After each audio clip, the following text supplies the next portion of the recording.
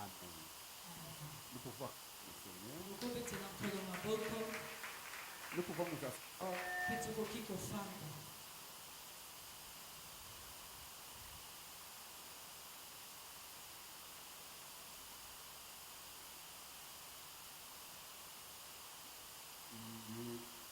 Les deux interprètes sont indisponibles.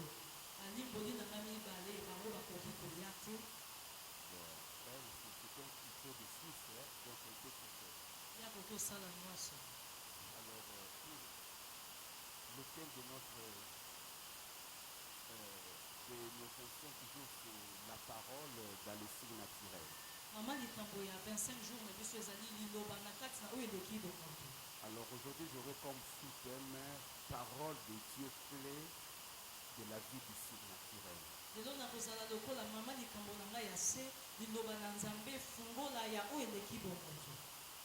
Mais parler du surnaturel, n'interprète pas surnaturel sur nous. Donc, la parole de Dieu clé de la vie du surnaturel. Je ne vais pas revenir sur ce qu'on a parlé hier. Je commence directement aujourd'hui.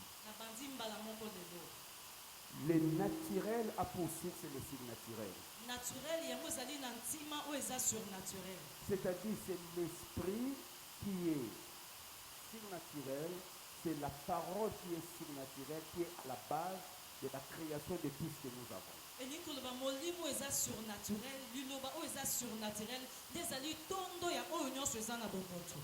Dans Jean chapitre 1, le verset 3, la Bible dit, dans Jean chapitre 1, verset 3, toutes choses ont été faites par la parole, et rien de ce qui a été fait n'a été fait sans la parole. Vous comprenez, pour dire tout simplement que tout ce qui existe, l'homme, les animaux, les plantes, les lois naturelles, les lois de la physique, que tout ce qui existe ont été créés par la parole de Dieu. En dehors de la parole, rien ne pouvait être créé. Bon, en fait, Dieu a choisi la parole pour créer. S'il n'y a pas de parole, il n'y a pas de création. La création a été rendue possible à cause de la parole de Dieu. Est-ce que nous pouvons dire que la création porte les sceaux, la création porte la signature de la parole de Dieu? La parole de Dieu n'est pas physique. Elle n'est pas quelque chose de palpable. La parole de Dieu n'est pas matérielle.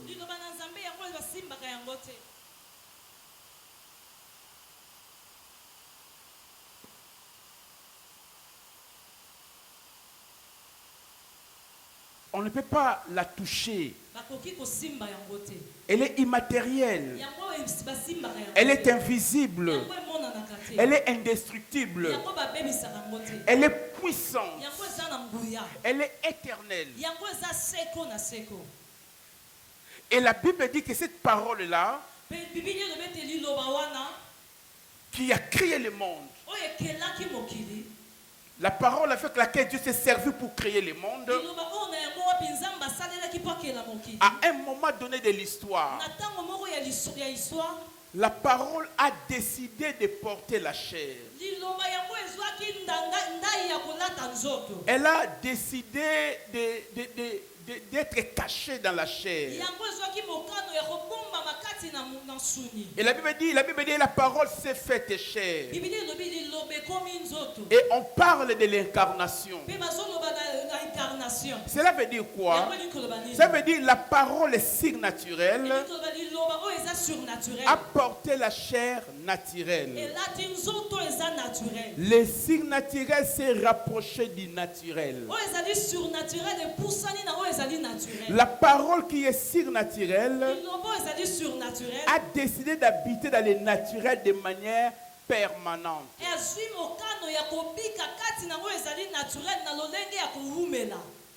L'esprit est venu habiter dans la chair. En d'autres termes, la parole qui est esprit a accepté d'habiter dans la chair. Et qu'est-ce qui arriva?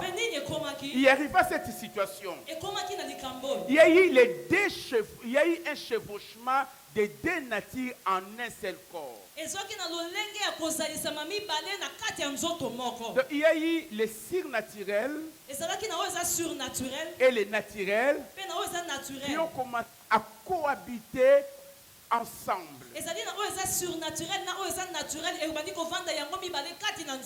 la cohabitation du surnaturel avec les naturels a été appelée Jésus-Christ.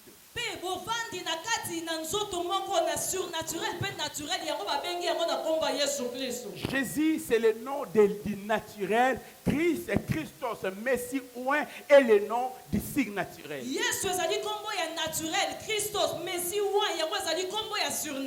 Vous comprenez donc, Jésus, c'est-à-dire le surnaturel est venu cohabiter avec le naturel.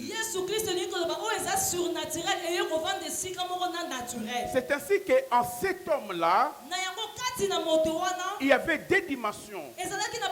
Il y avait la dimension naturelle et la dimension la plus élevée qui était la dimension surnaturelle. Ainsi, c'était à lui de décider de quelle dimension il pouvait utiliser devant un problème. Il pouvait soit opter pour la dimension naturelle, mais il pouvait aussi opter pour la dimension surnaturelle.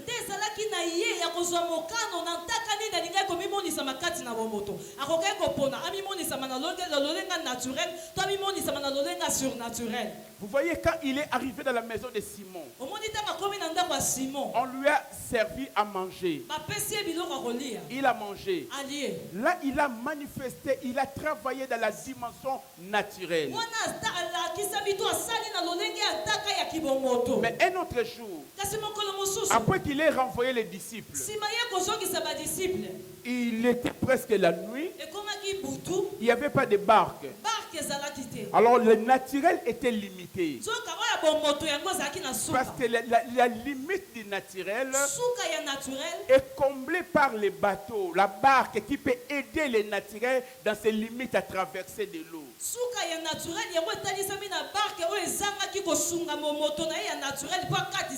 Mais lorsqu'il a vu que le naturel était buté à une difficulté, alors il a maintenant déclenché la deuxième dimension. En fait, la première dimension qui était en lui, le signe naturel. Et à partir du signe naturel, il a marché sur les eaux comme toi et moi, nous marchons sur la terre ferme.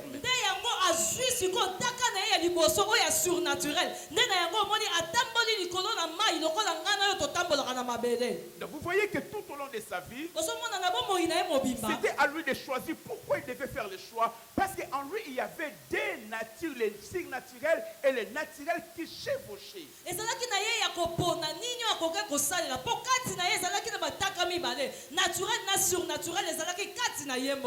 Mais écoutez, c'est que j'aime en Jésus, c'est qu'il veut que nous soyons ses imitateurs. Il aime que nous soyons ses imitateurs. Et non pas simplement il aime, mais il nous donne tout ce qu'il faut pour que nous soyons comme lui. Et lui maintenant, pour nous permettre de vivre le surnaturel, il savait qu'il nous manquait une dimension de la parole. Allons dans Jean chapitre 3. Lisons les versets 5 à 8. Jean chapitre 3. Jean chapitre 3, les versets 5 à 8. Jean chapitre 3, verset 5 à 8. Je lis. Jésus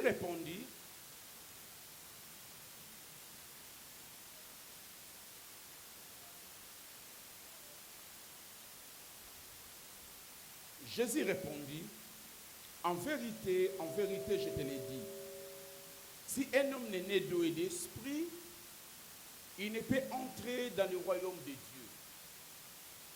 Ce qui est né de la chair est chair, et ce qui est né de l'esprit est esprit. Ne t'étonne pas que je t'ai dit, il faut que vous naissiez de nouveau. Le vent souffle où il va et tu entends les bruits. Mais tu ne sais pas d'où il vient, ni où il va. Il en est ainsi de toute personne qui est née de l'esprit. Acclamons la parole du Seigneur. Alors, ça c'est un passage riche pour notre enseignement. Ce passage nous montre comment est-ce que certaines personnes ont des natures qui chevauchent en eux, comme cela était le cas avec Jésus.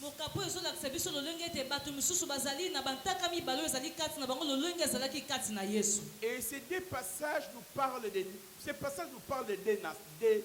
natures. Chaque nature dépend de sa naissance. La Bible dit ce qui est né de la chair est chair, ce qui est né de l'esprit est esprit. Donc je disais qu'il s'agit de deux naissances ici. La première naissance est la naissance de la chair. Toi et moi, nous sommes nés par la chair.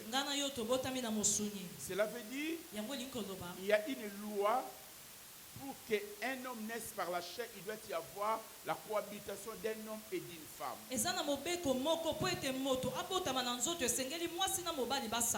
Alors, lorsque deux personnes s'accouplent et ils mettent au monde une personne, un homme, une femme, alors l'enfant qui va naître a la nature identique de ses géniteurs. Il ne peut pas avoir une nature différente de ses géniteurs.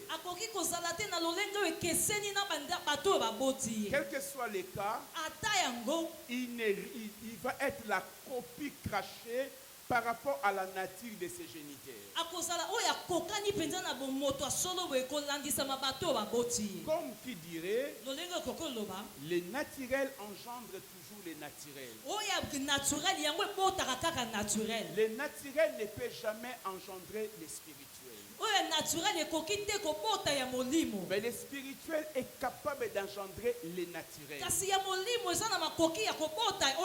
Parce que le naturel est limité, mais le surnaturel est illimité. Alors nous avons cette nature que nous avons reçue de nos parents, que j'appelle les naturels, la naissance physique. Alors il y a une deuxième nature qui n'est pas donnée à tout le monde, mais que tout le monde peut y accéder. C'est naître de l'esprit. Comme la Bible dit naître de l'esprit, parce que la Bible dit ce qui est né de l'esprit est esprit. Mais en fait, c'est quoi naître de l'esprit? Naître de l'esprit n'est rien d'autre que naître par la parole de Dieu. Naître de l'esprit, c'est être engendré par la parole de Dieu. Lorsque quelqu'un naît par la parole, c'est-à-dire il accepte la parole dans sa vie, il accepte Jésus-Christ dans sa vie, il va naître de nouveau. C'est la nouvelle naissance. Et la nouvelle naissance, c'est une naissance qui est engendrée par la parole. C'est une personne qui vient de la parole. Cette personne qui est née de nouveau, son géniteur ou sa génitrice est la parole vivante de Dieu. Ainsi, Jean chapitre 1, le verset 12 à 13 nous dit. Jean chapitre 1, verset 12 à 13. Jean chapitre 1, verset 12 à 13 nous dit. Jean chapitre 1, verset 12 à 13. Mais à tous ceux qui l'ont reçu, à ceux qui croient en son nom, elle leur a donné le pouvoir de devenir enfants de Dieu. Et la Bible souligne lesquels sont nés. Non du sang, non de la chair, pas même de la volonté des hommes, mais ils sont nés par la volonté de Dieu. C'est Dieu qui les a mis au monde au travers de la parole. Ils sont nés par la volonté de Dieu. On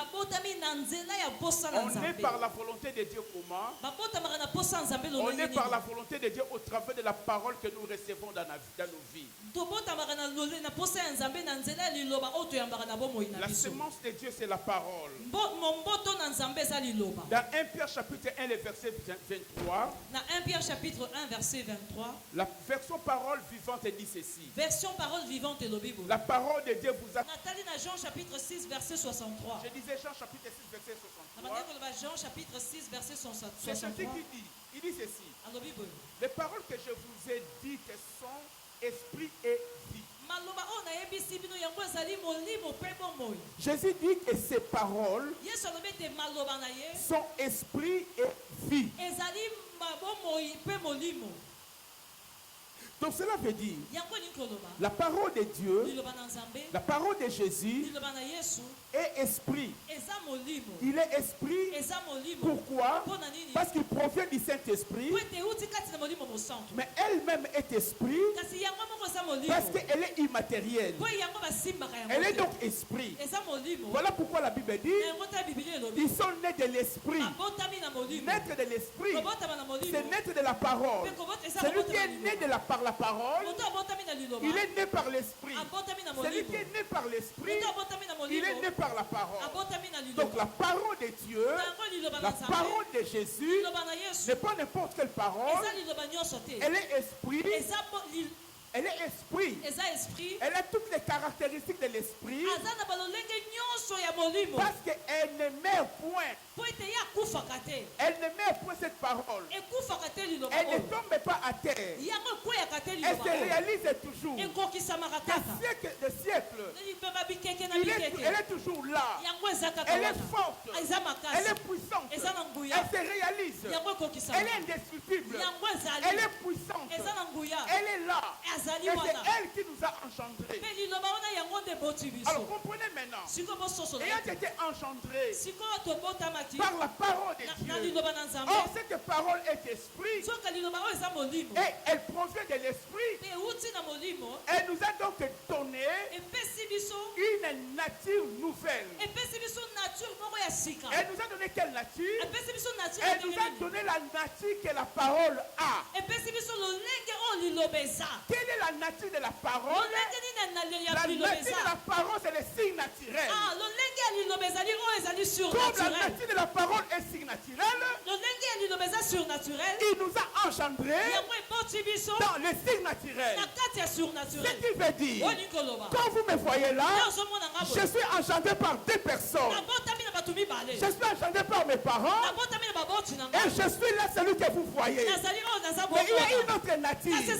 Je suis né par la parole de Dieu. Je suis né par le Saint-Esprit. Il m'a donné la nature signe naturelle. Ce qui veut dire, celui que vous voyez, il y a le chevauchement de deux natures. Je suis naturel, je suis aussi spirituel. Je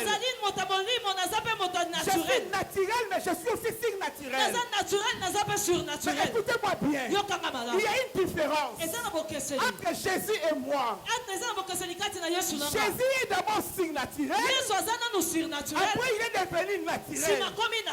Cela veut dire, quand il est devenu naturel, il s'est dégradé. Il s'est dégradé. Mais moi, je suis d'abord naturel. Et après je suis signe naturel. Je suis d'abord naturel. Après je deviens signe naturel. En moi, comme vous voyez, il y a un chevauchement de deux natures. Laisse-moi te dire que si tu es né par la parole de Dieu, tu es naturel et spirituel au même moment. Je suis en train de poser les bandes, à la base. Je suis en train de poser les fondements. Et que ce fondement ne peut pas être détruit. Tous ceux qui vont venir après moi, ils vont bâtir sur ce fondement parce que ça ne peut jamais être enlevé. Parce que c'est le fondement de la parole de Dieu.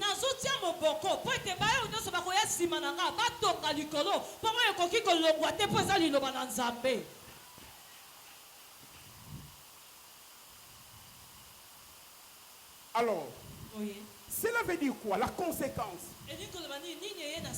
La conséquence, c'est que j'ai des dimensions à moi. Comme toi, tu as maintenant des dimensions en toi. C'est la dimension naturelle et la dimension surnaturelle. C'est à toi maintenant de savoir l'utiliser.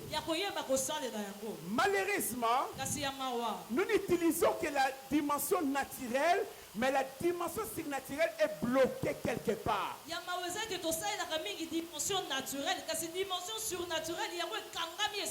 Pourquoi elle est bloquée? Elle est bloquée parce que la Bible dit que mon peuple périt faute de connaissance. Voilà pourquoi l'Église, nous devons être accro à la parole de Dieu. Nous devons chercher la parole de Dieu. Qui avait pris son comprimé le matin? Qui avait pris sa pilule le matin, qui soulève la main?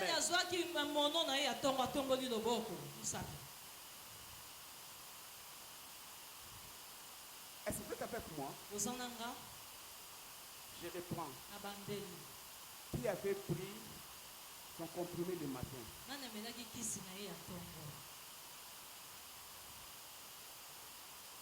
Gloire au Seigneur. Et vous, pourquoi vous n'avez pas pris votre comprimé? Pourquoi? Vous savez de quel comprimé je parle? Il s'agit de quoi? Alors comment tu as appris ça hier? Tu n'as pas pris ta comprimé le soir, ni le matin.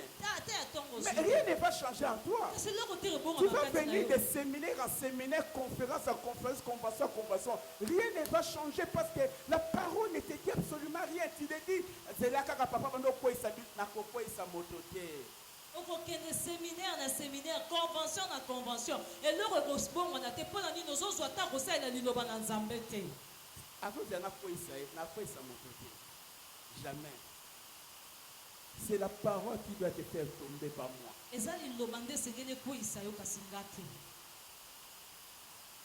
Alors ce qui veut dire, nous appartenons directement à tes familles. Nous appartenons à la famille des hommes et nous appartenons aussi à la famille de Dieu. Alors avec la dimension surnaturelle, nous sommes capables de beaucoup de choses et nous pouvons faire beaucoup de choses. Par exemple, j'ai relevé selon ces passages 5 choses.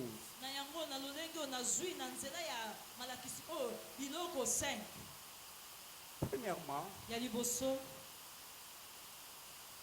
la Bible dit, si un homme n'est pas d'esprit ou de la parole, il ne peut pas entrer dans le royaume de Dieu.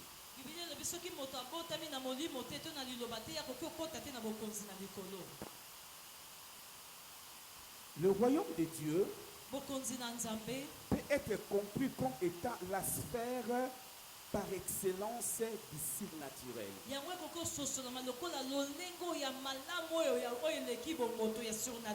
S'il y a la sphère où il n'y a pas de naturel, tout sur base du naturel.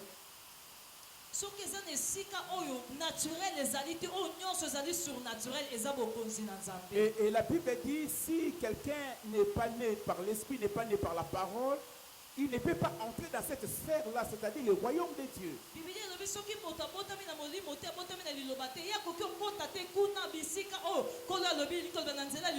Donc vous comprenez que pour accéder au royaume de Dieu, dans le royaume du surnaturel par excellence, il faut naître par l'esprit, il faut naître par la parole de Dieu. Il faut avoir cette nature qu'on appelle le surnaturel en toi. Et la deuxième chose, c'est que tu peux désormais opérer dans le surnaturel. Tu n'es pas limité simplement au naturel, mais tu peux aller au-delà du naturel pour agir, pour opérer dans le surnaturel.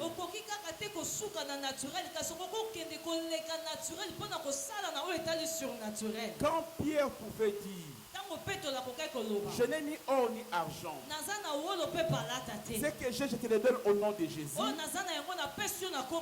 Lève-toi et marche. Ça, ce n'est pas le naturel. Le naturel ne peut pas lever, faire le marcher un paralytique. Le naturel pour faire marcher un paralytique, on doit faire la rééducation, des massages pendant plusieurs temps. Et ça peut ou ne pas réussir. Mais le surnaturel, lui, il est bon. Pourquoi? Parce que lui, il commande seulement. Il ordonne. Et les choses arrivent. Et l'avantage surnaturel, c'est qu'il ne respecte pas le protocole du naturel. L'avantage des surnaturels, c'est qu'il ne respecte pas le temps. Parce que lui, il fait les choses du tic au tac. Quelque chose qui a duré 5 ans, il peut le faire le même jour. Il y a donc cette dimension en toi. Tu peux suspendre les lois de la nature. Dans le surnaturel, tu peux suspendre les lois de la nature. Lors de la bataille à Gabaon, Josué a crié, soleil, arrête-toi sur Gabaon. Et que la ligne s'arrête sur la vallée des jalons. Ce qui est bizarre, c'est que le soleil et la ligne suspendent leur marche. Ça, c'est le surnaturel. En fait, qu'est-ce qui est arrivé? C'est que dans le surnaturel paralyse les naturels et ses lois.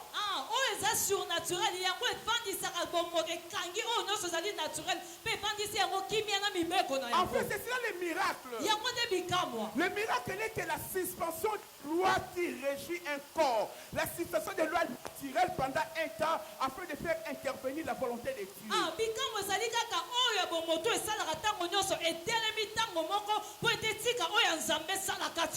Avec les signes naturels, nous sommes capables de commander la nature, de changer les lois spirituelles établies. Parfois, bien aimés dans le Seigneur, nous parlons des lois établies. Et ces lois sont établies par qui? Elles sont établies par des hommes et des femmes qui étaient capables de travailler dans les signes naturels sataniques.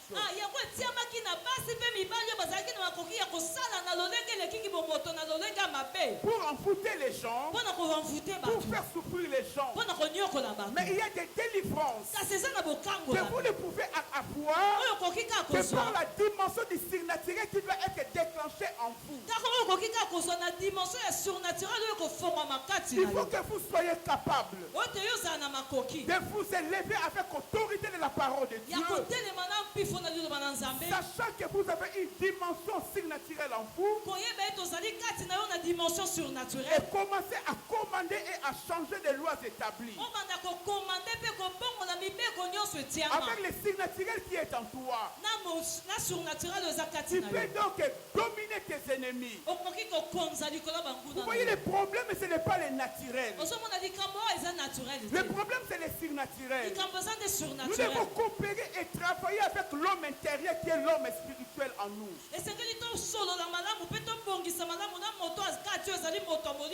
Regarde ce que Jésus a dit dans Matthieu 4:4. Il dit l'homme ne vivra pas de pain seulement. L'homme ne vivra pas de pain seulement, mais de toute parole qui sort de la bouche de Dieu. Il a dit Satan, c'est la montagne de la tentation. Parce que le diable lui a dit de fabriquer le pain. Le pain qui était quoi? Qui était la nourriture naturelle. Il a voulu que Jésus puisse, le naturel de Jésus soit nourri par le pain qui est naturel. Et ainsi Jésus va lui répliquer que l'homme ne vivra pas de pain seulement. Il vivra de toute parole qui sort de la bouche de Dieu. Et regarde, Jésus n'avait pas fabriqué les pains. Mais la Bible dit, les anges sont venus les servir. On nous a jamais dit de quelle nourriture il s'agissait. Est-ce que c'était les raisins? Est-ce que c'était les pommes? Est-ce que c'était des pains? On n'a jamais dit la nature de la nourriture que les anges ont apportée. Mais je comprends une chose, que c'est ce qui était sorti de la bouche de Dieu que les anges avaient apporté à Jésus comme nourriture. Mais laisse-moi te dire, de tout ce qui peut sortir de la bouche de Dieu, il n'y a rien de plus merveilleux que la parole. Il n'y a rien de plus merveilleux que la parole. La parole, bien-aimée, peut faire vivre. Le naturel est aussi le surnaturel. Bien-aimé dans le Seigneur, la nature humaine, ce qui est naturel mange le pain. Ce qui est spirituel, le spirituel mange la parole. Lorsque vous mangez la parole, vous êtes en train de nourrir votre spirituel. Lorsque le spirituel est bien nourri, le surnaturel devient puissant, devient efficace. Le problème avec nous, c'est quoi? L'homme spirituel qui est en nous, qui déclenche, c'est le surnaturel. Il ne mange pas. Il est malade. Il est mal nourri.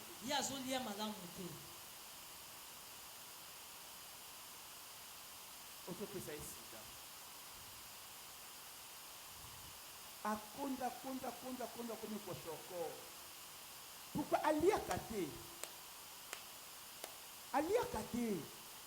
Alors, mais parce qu'il ne mange pas.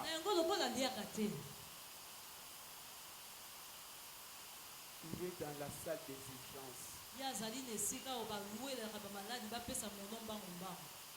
Mais regarde l'homme naturel, comment est-ce que tu l'entretiens? Mais lui, il a des limites.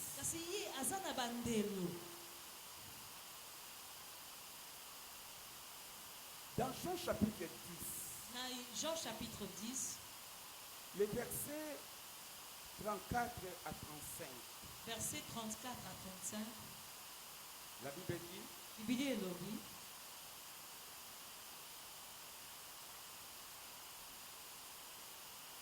Jésus leur répondit, n'est-il pas écrit dans votre loi? J'ai dit, vous êtes des dieux. Si elle a appelé Dieu, c'est à qui la parole de Dieu a été adressée. Et si l'écriture ne peut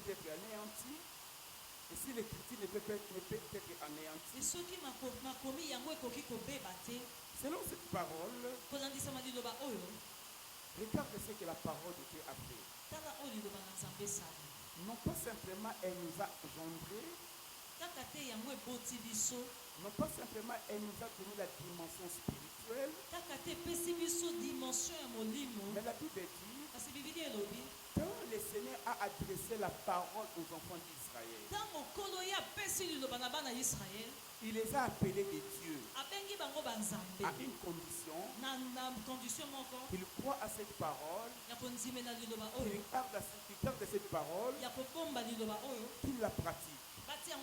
Alors, la parole vient pour faire un travail. Non pas seulement le travail de nous transformer,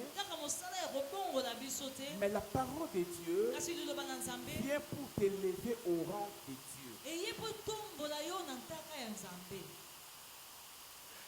Mais c'est que les enfants de Dieu n'aiment pas l'église. Ils aiment tout sauf la parole.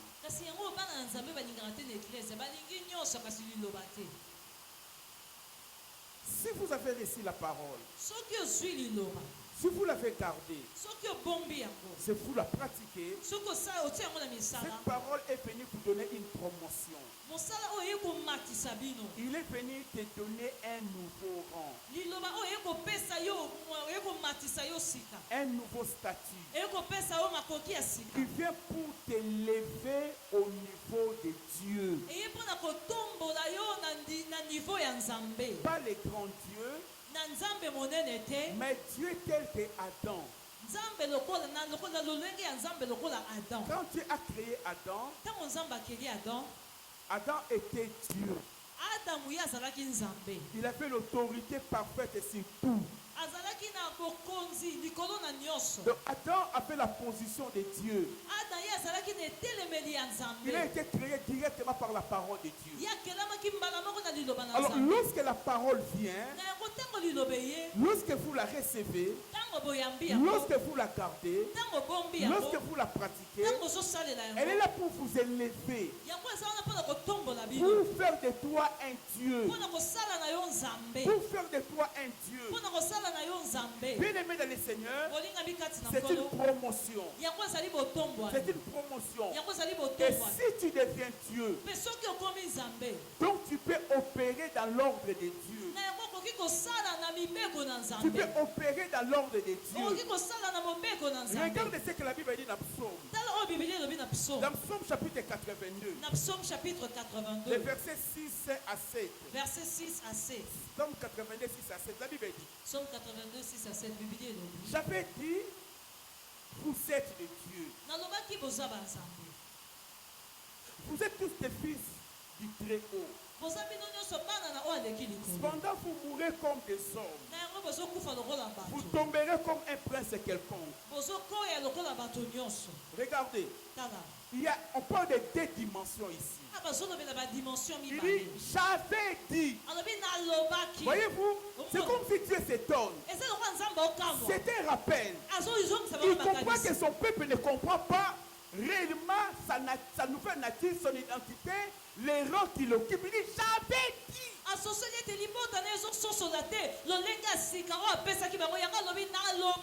C'est un rappel. Avec désolation, avec consternation. Il dit, j'avais dit que vous êtes des dieux. J'avais dit que vous êtes des dieux. Vous êtes tous du Fils de Très-Haut. Dieu peut te rappeler que tu es un Dieu. Lui, il est Dieu, il ne peut engendrer que des dieux. Il est la parole, il t'a engendré par la parole, il t'a élevé dans la parole. Et tout cela, c'est l'œuvre de la parole. Sans la parole comme clé, tu ne serais pas dans les signes naturels. Mais après, il dit encore, vous mourrez comme des simples hommes. Vous mourrez comme des hommes. Pourquoi? Parce que ce n'est pas l'homme spirituel qui meurt, mais c'est l'homme naturel, la chair qui va mourir. Je mourrai, oui. C'est l'homme naturel qui mourra, mais l'homme spirituel ne mourra pas. C'est lui qui ne mourra pas. Oh, bien aimé dans le Seigneur. Pour terminer, je vais dans Marc chapitre 16. Regardez ce que la Bible dit. Parce que nous parlons de la parole comme clé du surnaturel. Voyez ce que la parole fait. La Bible dit. Puis il leur dit, Allez par tout le monde et prêchez la bonne nouvelle à toute la création. Il est dit d'aller faire quoi? De présenter la parole. Donc, le travail des apôtres était celui d'évangéliser, était celui d'apporter la parole.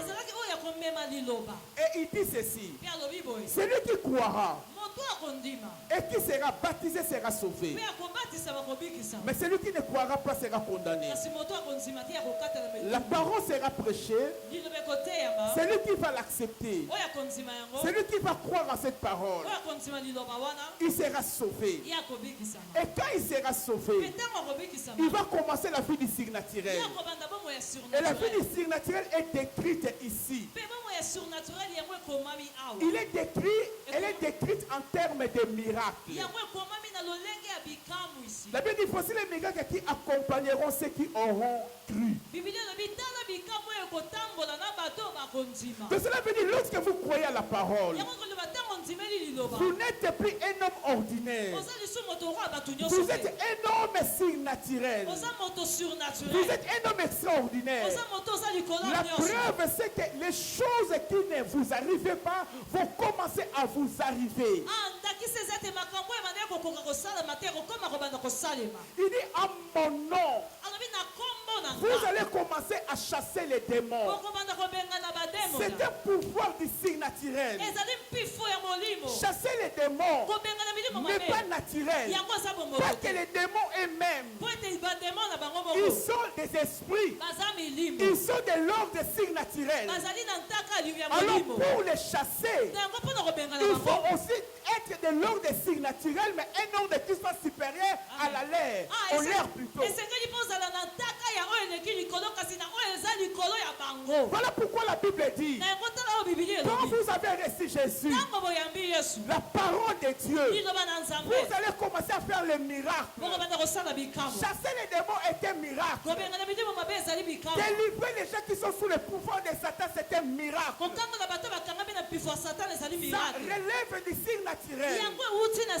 C'est ainsi que les gens étaient étonnés de voir Jésus chasser les démons dans son ministère. Parce que c'était le surnaturel qui était mis à l'œuvre. Combien parmi nous sont capables de chasser les démons? Chasser les démons n'est pas réservé aux apôtres. Chasser les démons n'est pas réservé aux intercesseurs. Chasser les démons, c'est la fonction du surnaturel qui est en toi. Chaque enfant de Dieu doit se lever et chasser les démons. Chaque enfant de Dieu doit travailler pour expulser les démons. Nous ne devons pas être tranquilles. Surtout lorsque les démons s'est emparé d'une personne. Nous devons libérer ces personnes-là. Ça, c'est le travail de chaque enfant de Dieu qui est né de nouveau, qui est né par la parole de Dieu. Parce que c'est la dimension du surnaturel.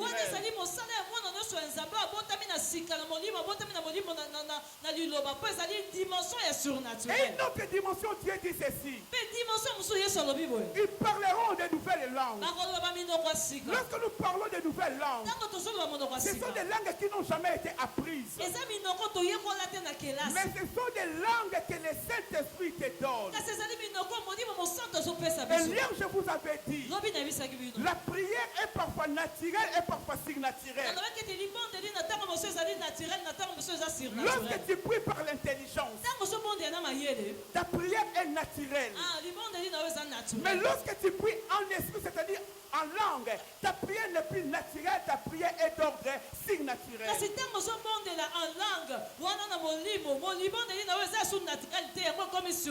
Alors lorsque vous parlez en langue, ça c'est un signe, ça c'est le signe naturel. Et le parler en langue, c'est une ligne de prière secrète avec Dieu. Vous pouvez révéler des grandes choses, des grands mystères en parlant en langue. Vous parler en langue. Parler une langue que vous n'avez jamais entendue, jamais été dans ce pays-là. Ça, c'est les signes naturels. Et la Bible dit encore, ils saisiront des serpents. Ils saisiront des serpents. Il ne nous dit pas d'aller dans les eaux pour chercher les serpents. Mais vous imaginez en Égypte, les serpents de Pharaon étaient en guerre contre les serpents de Moïse. Mais les serpents de Moïse, c'est-à-dire les signes naturels de Moïse, avaient avalé les serpents de l'Égypte, c'est-à-dire les serpents du signe naturel des Égyptiens.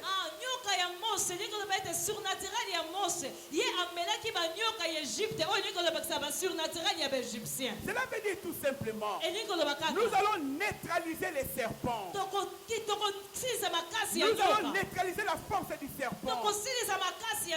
Les serpents, ce sont les démons. Les serpents, ce sont les esprits maléfiques. Tu ne peux pas avoir peur d'eux. Parce que toi, tu as la dimension spirituelle. La Bible dit, vous saisirez les serpents. N'ayez pas peur. Les serpents, ce sont les fétiches. Les serpents, ce sont les livres magiques. Les serpents, ce sont les médailles magiques. Les serpents, ce sont des chaînettes magiques. Tu ne dois pas avoir peur de ça. Tu vas les toucher. Tu vas neutraliser sa force. Tu vas les briser. N'ayez pas peur. Parce que quelqu'un a, je ne sais pas, a des pentacles à lui, il a une chaîne et vous commencez à trembler. Ne tremblez pas. Bien aimé, la Bible dit, vous saisirez les serpents. Vous allez maîtriser les serpents. Combien parmi nous ont peur de toucher les serpents? Je ne parle pas des serpents naturels. Je parle des serpents spirituels. Mais laisse-moi te dire, les serpents spirituels sont plus dangereux que les serpents naturels. Si nous pouvons saisir les serpents spirituels, cela veut dire nous pouvons aussi saisir les serpents naturels. Les sorciers, ce sont des serpents. Les sorciers, ce sont des serpents. Nous devons les maîtriser. Nous devons les empêcher de sortir la nuit. Quand tu vis dans une maison, quand tu vis dans une parcelle où il y a des sorciers, tu dois les saisir. Tu dois ordonner qu'ils ne sortent pas. Tu dois prier pour qu'ils quittent la maison. Ce n'est pas à toi de quitter la maison. C'est à eux de quitter la maison. La Bible dit vous saisirez les serpents. Vous saisirez les serpents. C'est le signe naturel. Tu es de la parole de Dieu.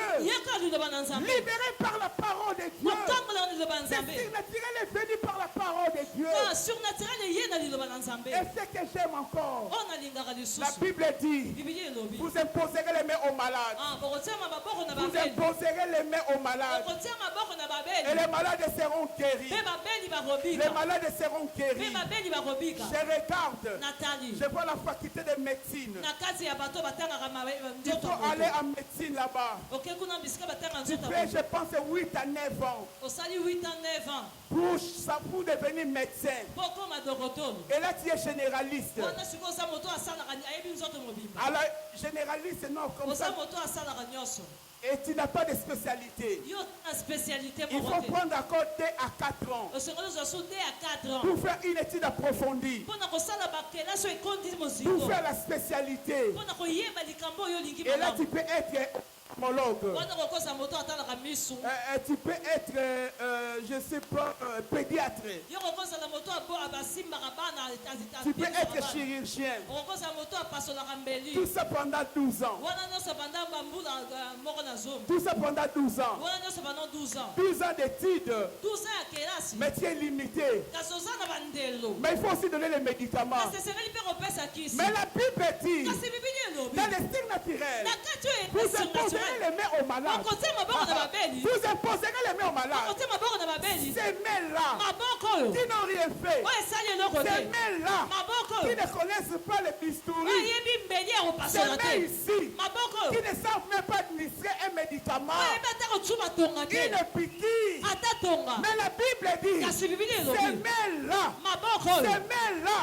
dans les signes naturels, vous les poserez aux malades. Et les malades seront guéris. Non, quelle maladie? Toutes les maladies avec ces mains. Dans les signes naturels,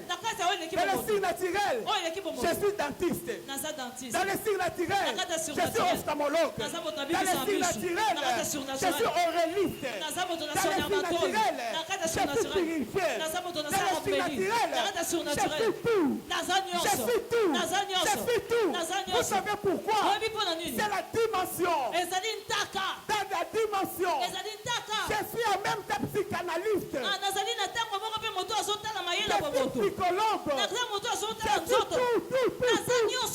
Pourquoi? C'est le signe naturel qui n'est pas limité. Le signe naturel n'a jamais été limité. Oh, j'aimerais que tu regardes tes mains. Est-ce que tu sais ce que le Seigneur a mis dans tes mains? Ce sont tes mains à toi. Ces mains à toi, elles peuvent guérir. Elles peuvent soigner. Elles peuvent soulager. C'est le signe naturel. C'est le signe naturel. Ces mains-là peuvent faire des miracles. Ça, ce sont les miracles. Mais on les appelle miracles. Pourquoi? Parce que le naturel ne peut pas l'expliquer. Le naturel sera dépassé. Mais le signe naturel ne s'explique pas. Le signe naturel ne s'explique pas. Elle se manifeste. Je ne sais pas comment je fais. Comment je pose les mains et la personne est guérie, je ne sais pas, mais je comprends simplement, c'est le signe naturel.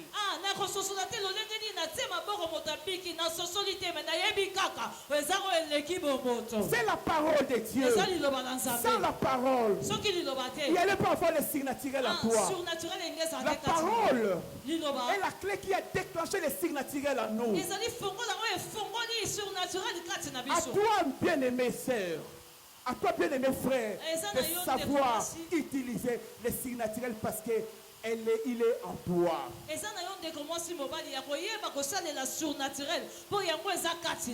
Si tu as aimé la prédication, tu acclames le Seigneur.